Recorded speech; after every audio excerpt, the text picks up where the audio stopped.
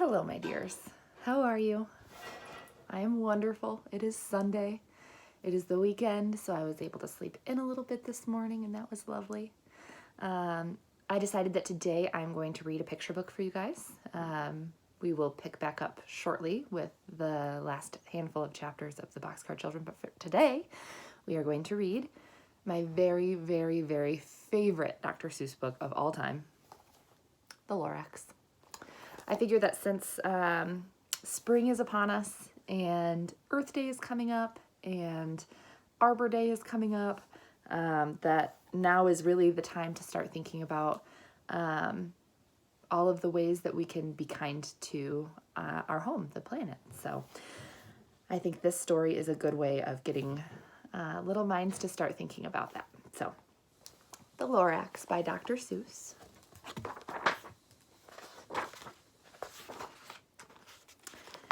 At the far end of town, where the grickle grass grows, and the wind smells slow and sour when it blows, and no birds ever sing excepting old crows, is the street of the lifted Lorax.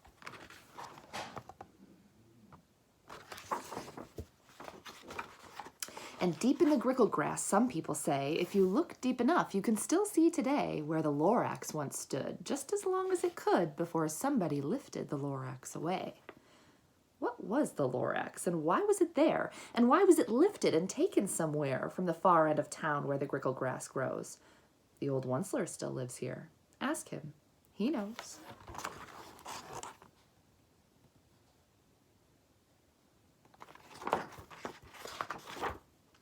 You won't see the Onceler. Don't knock at his door. He stays in his lurkim on top of his store. He lurks in his lurkim, cold under the roof, where he makes his own clothes out of miff-muffered moof. And on special dank midnights in August, he peeks out of shutters, and sometimes he speaks and tells how the Lorax was lifted away. He'll tell you, perhaps, if you're willing to pay.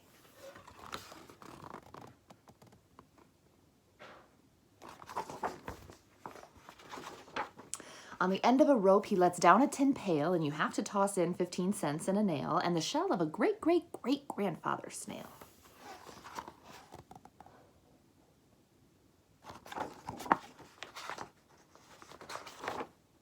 Then he pulls up the pail, makes a most careful count to see if you've paid him the proper amount. Then he hides what you paid him away in his snub, his secret strange hole in his grubulous glove. Then he grunts, I will call you by whispermaphone, for the secrets I tell are for your ears alone.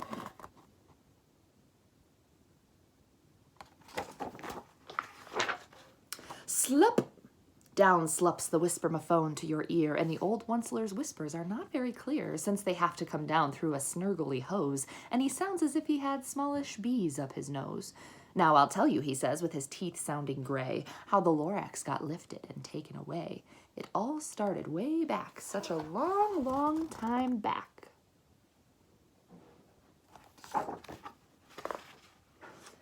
Way back in the days when the grass was still green and the pond was still wet and the clouds were still clean and the song of the Swami Swans rang out in space. One morning I came to this glorious place and I first saw the trees, the truffula trees, the bright-colored tufts of the truffula trees, mile after mile in the fresh morning breeze.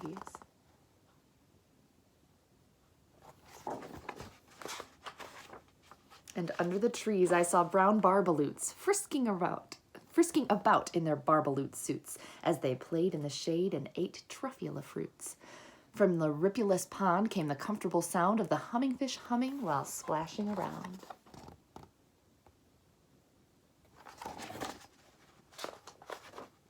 But those trees, those truffula trees, all my life I'd been searching for trees such as these.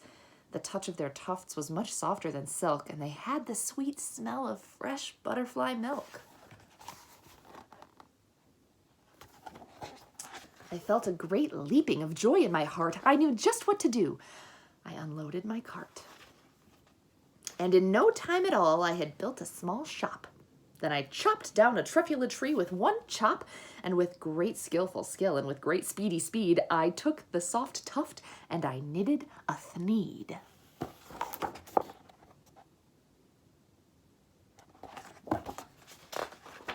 The instant I'd finished, I heard a gazump I looked. I saw something pop out of the stump of the tree I'd chopped down. It was sort of a man. Describe him? That's hard.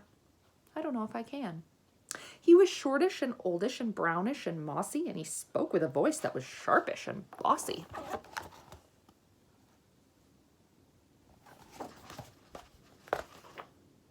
Mister, he said with a sawdusty sneeze, I am the Lorax. I speak for the trees. I speak for the trees have no tongues.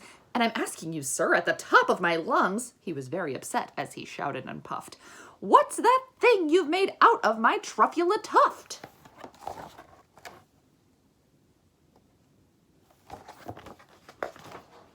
Look, Lorax, I said, there's no cause for alarm. I chopped just one tree. I'm doing no harm. I'm being quite useful. This thing is a thneed. A thneed's a fine something that all people need. It's a shirt, it's a sock, it's a glove, it's a hat, but it has other uses. Yes, far beyond that. You can use it for carpets, for pillows, for sheets, or curtains, or covers for bicycle seats. The Lorax said, Sir, you are crazy with greed. There is no one on earth who would buy that fool thneed.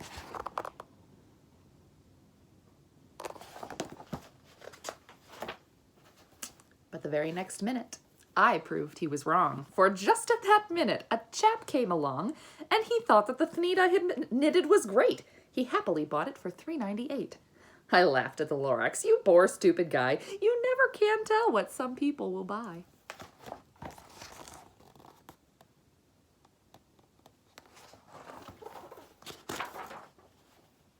I repeat, cried the Lorax, I speak for the trees. I'm busy, I told him. Shut up, if you please.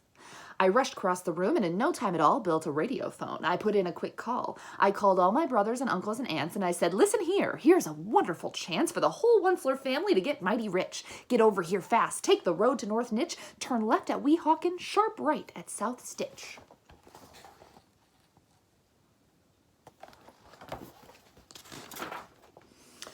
And in no time at all, in the factory I built, the whole Onceler family was working full tilt. We were all knitting thneeds, just as busy as bees, and to the sound of the chopping of truffula trees.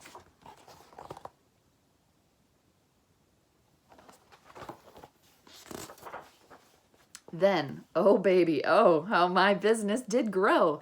Now chopping one tree at a time was too slow. So I quickly invented my super axe hacker, which whacked off 4 truffula trees at one smacker. We were making thneeds 4 times as fast as before.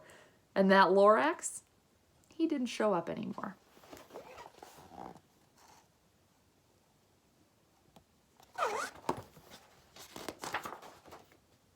But the next week, he knocked on my new office door. He snapped, I'm the Lorax who speaks for the trees, which you seem to be chopping as fast as you please, but I'm also in charge of the brown barbaloots who played in the shade in their barbaloot suits and happily lived eating truffula fruits. Now, thanks to your hacking my trees to the ground, there's not enough truffula fruit to go round, and my poor barbaloots are all getting the crummies because they have gas and no food in their tummies.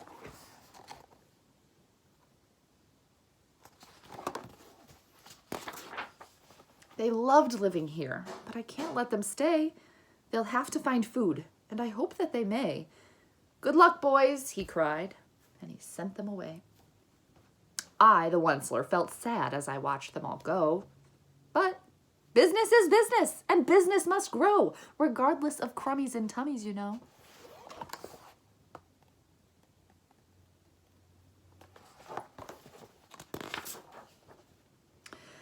I meant no harm. I most truly did not. But I had to grow bigger. So bigger I got. I biggered my factory. I biggered my roads. I biggered my wagons. I biggered the loads of the thneeds I shipped out. I was shipping them forth to the south, to the east, to the west, to the north. I went right on biggering, selling more thneeds. And I biggered my money, which everyone needs.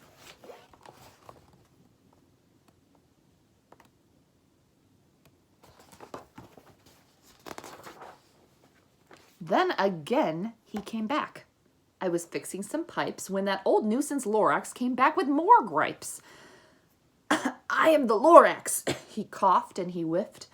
He sneezed and he snuffled. He snargled, he sniffed. Onceler, he cried with a crufulous croak. Onceler, you're making such smogulous smoke. My poor swami swans, why, they can't sing a note. No one can sing who has smog in his throat.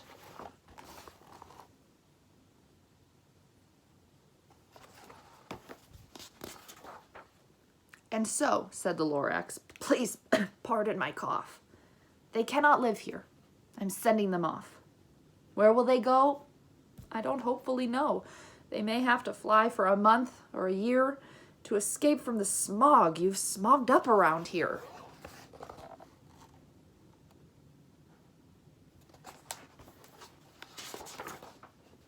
What's more, snapped the Lorax. His dander was up. Let me say a few words about gluppity-glup. Your machinery chugs on day and night without stop, making gluppity-glup, also schloppity-schlop.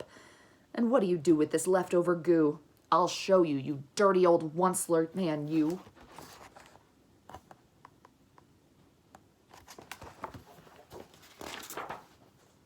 You're glumping the pond where the hummingfish hummed. No more can they hum, for their gills are all gummed. So I'm sending them off. Oh, their future is dreary. They'll walk on their fins and get woefully weary in search of some water that isn't so smeary.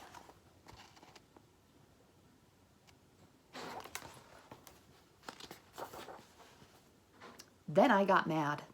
I got terribly mad. I yelled at the Lorax. Now listen here, Dad.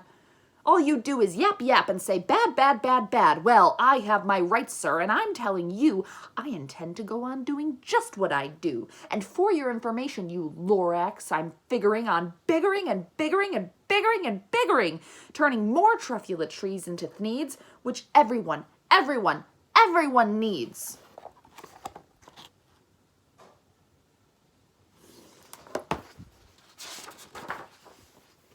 And at that very moment, we heard a loud whack. From outside in the fields came a sickening smack of an axe on a tree. Then we heard the tree fall, the very last truffula tree of them all.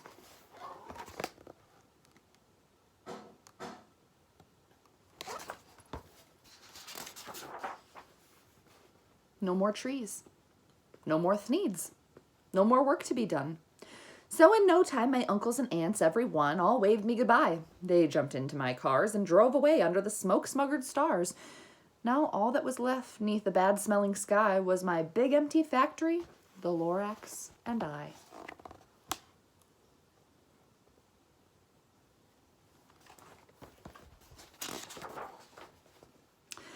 The Lorax said nothing, just gave me a glance.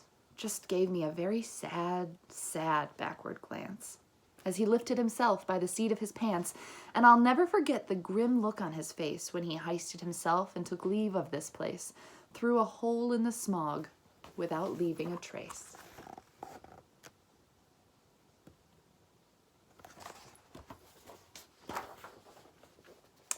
And all that the Lorax left here in this mess was a small pile of rocks with one word, unless.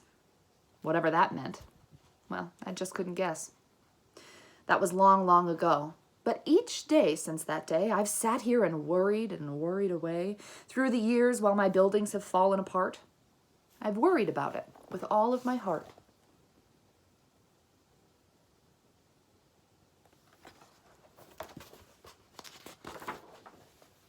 But now, said the Onceler, now that you're here, the word of the Lorax seems perfectly clear. Unless someone like you cares a whole lot, nothing is going to get better. It's not.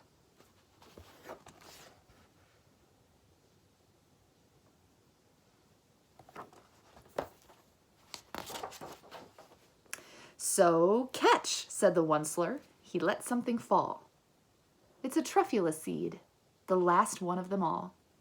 You're in charge of the last of the truffula seeds, and truffula trees are what everyone needs. Plant a new truffula, treat it with care, give it clean water and feed it fresh air. Grow a forest, protect it from axes that hack. Then the Lorax and all of his friends may come back.